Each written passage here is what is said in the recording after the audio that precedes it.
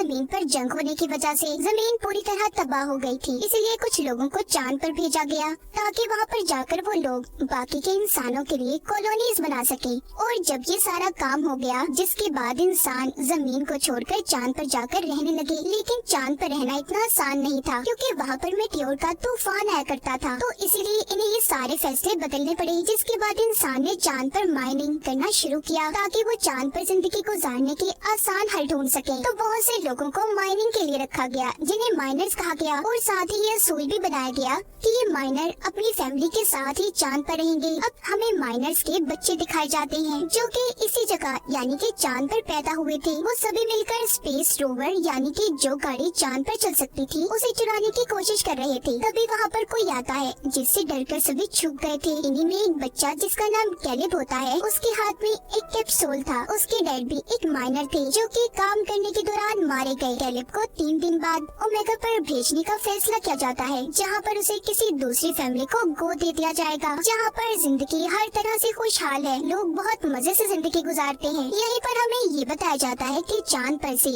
Omega पर जाने के लिए तकरीबन 75 साल लगते हैं, जिसके दौरान सफर करने वाला इंसान क्रायोस्लीप एक चैम्बर में रहता है, जिससे उस इंसान की उम्र नहीं बढ़ती। जब वो चांद से ओमेगा पर पहुंचता है तो वो उतने ही साल का होता है। कैलिब इस बात को जानता था, उसे ओमेगा तक जाने में 75 साल लगेंगे। लेकिन कैलिब यहाँ से नहीं जाना चाहता था। वो जानता था कि फिर वो कभी अपने दोस्तों से नहीं मिल पाएगा। उसे एक लेडी बताती है कि अगले दिन मेटियोर का तूफान शुरू होने वाला है, जिसके बाद तुम्हें ओमेगा के लिए रवाना होना होगा। कैलिब को अपने डैड की बहुत याद आ रही थी। वो याद करता है कि कैसे वो बहुत ऊंचाई पर जाकर यहाँ के बेस में अपने डैड के साथ जाकर बैठा करता था। उसे याद आता है कि उसके डैड ने उसे बताया था कि चांद के उस पार कोई खतरनाक चीज आकर टकराई, जिससे वहाँ पर एक क्रेटर, एक गड्ढा बन गया। तुम एक बार उस जगह जाकर लाजमी देखना। मगर चांद के उस पार किसी भी इंसान को जाना मना था। और जिस कैप्सूल को हमने कैलिब के हाथ में देखा, वो एक गार्ड ने उसे दिया था, जो उसे उसके डैड की राख में से मिला था। तभी जब कैलिब बैठा ये सब सोच रहा था तो उसके पास उसके 3 दोस्त आते हैं, जो उसके जाने की वजह से बहुत दुखी थे। इनमें से एक दोस्त जिसका नाम डेलन होता है, वो कैलिब के डैड की आखिरी ख्वाहिश को जानता था, जो क्रेटर के पास जाने की थी। डेलन कहता है क्यों ना तुम्हारे जाने से पहले हम उस क्रेटर को देख कर आए, इस तरह तुम्हारी डैड की आखिरी ख्वाहिश भी पूरी हो जाएगी। लेकिन ये सब कुछ इतना आसान नहीं था। इन्हें वहाँ पर जाने के लिए जिन जिन चीजों की जरूरत होती है, ये उन चीजों को इकट्ठा करते हैं। अब इन्हें यहाँ से बाहर जाने के लिए कोड की जरूरत थी। डेलन बताता है कि यहाँ पर एक लड़की है जिसका नाम एडिसन है।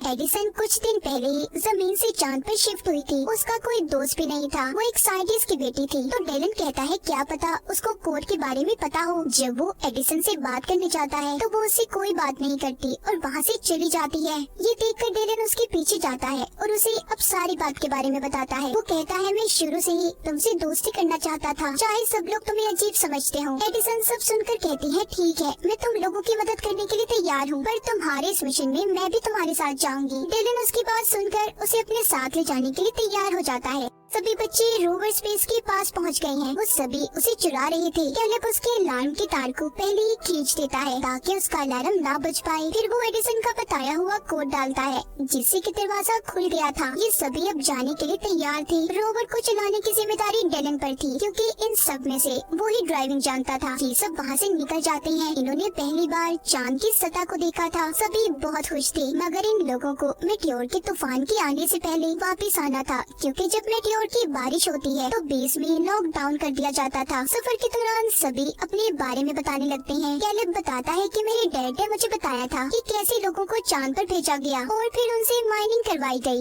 मगर चांद पर रहकर माइनिंग करने के काम को कोई भी इंसान लगातार नहीं कर पाता। जैसा कि अगर वो इंसान काम के दौरान मर जाए तो उसके बेटे या फिर उसके फैमिली के किसी भी इंसान को उस काम को पूरा करना होगा। बस इसके लिए शर्त ये होती है कि उस इंसान के बेटे की उम्र 18 साल होनी चाहिए। अगर वो इससे कम उम्र का होगा तो ऐसे ही उसे किसी दूसरी फैमिली को गोद दे दिया जाएगा, जो ओमेगा प्लेनेट पर रहते होंगे। जिन्होंने चांद पर भेजा था वो तो हंसी खुशी अपनी जिंदगी ओमेगा पर जाकर गुजारने लगे। एडिसन कहती है तो क्या हुआ, एक माइनिंग करने का ही तो काम दिया गया था जो सिर्फ 20 साल तक करना है। एडिसन एक साइंटिस्ट की बेटी थी तो उसे असल बात के बारे में नहीं पता था। यहाँ पर डेलन उसे सारी बात समझाता है कि अगर माइनिंग करता हुआ इंसान मर जाए तो उसके बेटे को बाकी के साल पूरे करने होते हैं। ये सुनकर एडिसन थोड़ा हैरान थी। अब आगे का रास्ता इन्हें पैदल चलकर तय करना था। सभी अपने अपने स्पेस सूट पहन लेते हैं। एडिसन का सूट इन सब में थोड़ा अलग था और अच्छा भी। खैर ये बाहर आते हैं जहाँ पर ग्रेविटेशनल फोर्स न होने की वजह से सभी बहुत ऊंची छलांगे लगा रहे थे। सभी यहाँ पर खेलने लगते हैं। एडिसन की नजर जब जमीन प्लेनेट पर पड़ती है तो थोड़ा उदास हो जाती है और जमीन पर अपने गुजरे पलों को याद करने लगी थी।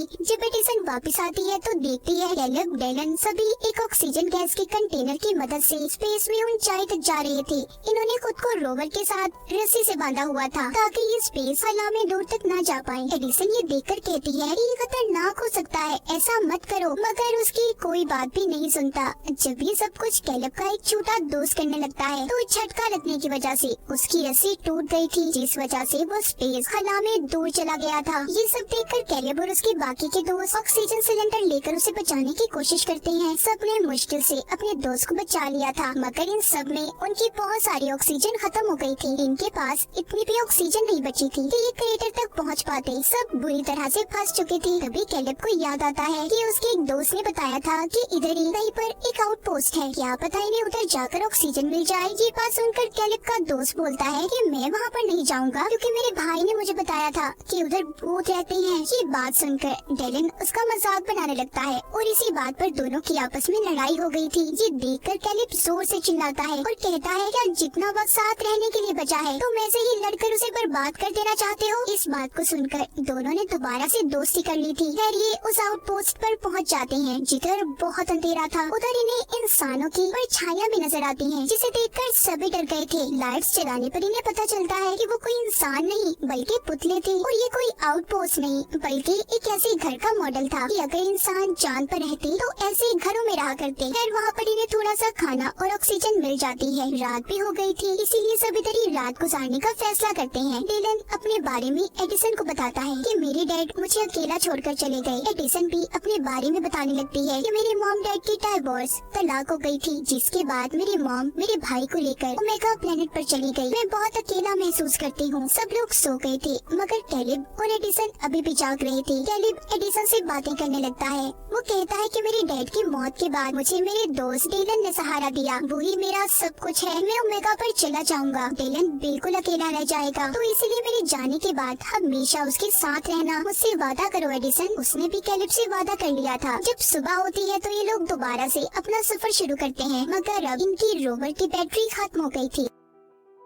इनके पास ऑक्सीजन की भी कमी थी, तो इन्होंने मेटियोर के तूफान से पहले क्रेटर तक पहुंचना था। ये सब परेशान हो जाते हैं, इसीलिए एडिसन ने सिक्योरिटी अलार्म को बजा दिया था ताकि मेटियोर की बारिश होने से पहले गार्ड्स आकर इन्हें बचा ले। ये सब अब जल्दी से क्रेटर उस गड्ढे तक पहुंच जाते हैं जो दिखने में बहुत बड़ा था। ये सीढ़ियाँ उतरकर एक अजीब सी जगह पर आ गए थे जहाँ की दीवार पर एडिसन को एक बटन नजर आता है, जिसको जैसे ही वो दबाती है वहाँ की सारी जगह ऐसे बदल गई थी कि जैसे ही लोग जमीन पर हों। ये सब कुछ असल नहीं था, मगर फिर भी इन्हें सब पसंद आता है। कैलेब यहाँ पर जब एक पत्थर हटाकर देखता है तो उसके नीचे उसे अपने मॉम डैड की राख और उनकी तस्वीर मिलती है। कैलेब ने उस तस्वीर में अपनी मॉम को पहली बार देखा था। वो इस बात को समझ जाता है कि उसके डैड आखिर क्यों चाहते थे कि वो यहाँ पर आए। वो बहुत दुखी था।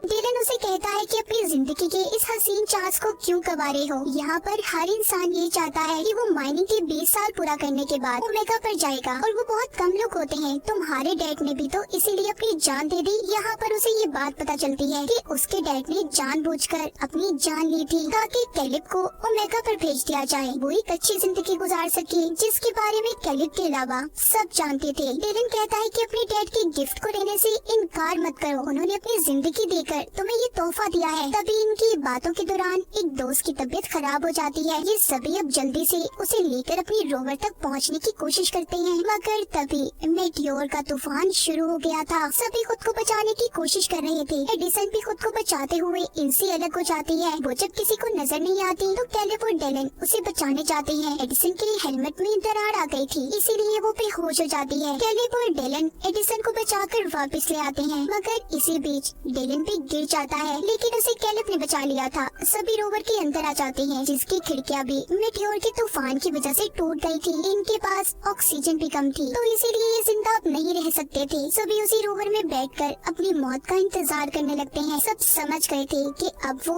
नहीं बच पाएंगे, मगर इन्हें इस बात की खुशी थी कि सभी साथ मरेंगे, जिसके बाद सभी बेहोश हो गए थे। इस हादसे के बाद हमें कहानी कुछ वक्त आगे की दिखाई जाती है। हमें कैलिब दिखाया जाता है जो ओमेगा पर पहुंच चुका है, मतलब उस हादसे को 75 साल हो चुके थे। कैलिब रायो स्लीप में था, मगर अब वो जाग जाता है। चांद पर से ओमेगा पर जाने के लिए तकरीबन 75 साल लगते हैं, जिसके दौरान सफर करने वाला इंसान रायो स्लीप एक चैम्बर में रहता है, जिससे उस इंसान की उम्र नहीं बढ़ती। जब वो चांद से ओमेगा पर पहुंचता है तो वो उतने ही साल का होता है। उसे अपने दोस्तों के बारे में जानना था, तभी एक नर्स आकर उसे एक ऑडियो डिवाइस देती है, जिसमें उसके दोस्तों के मैसेजेस रिकॉर्ड थे। उसे पता चलता है कि उस दिन इन सभी को बचा लिया गया था। उसके दोस्त अपनी आधी से ज्यादा जिंदगी गुजार चुके हैं। जैसा कि एक दोस्त ने अपनी बेसबॉल टीम शुरू की और दूसरा दोस्त एडमिनिस्ट्रेटर बन गया, तो बाकी वादे के मुताबिक एडिसन ने डेलन से शादी कर ली थी। अपने दोस्तों की जिंदगी के बारे में जानकर, उनकी बढ़ती उम्र की आवाज को सुनकर कैलिब बहुत खुश होता है, मगर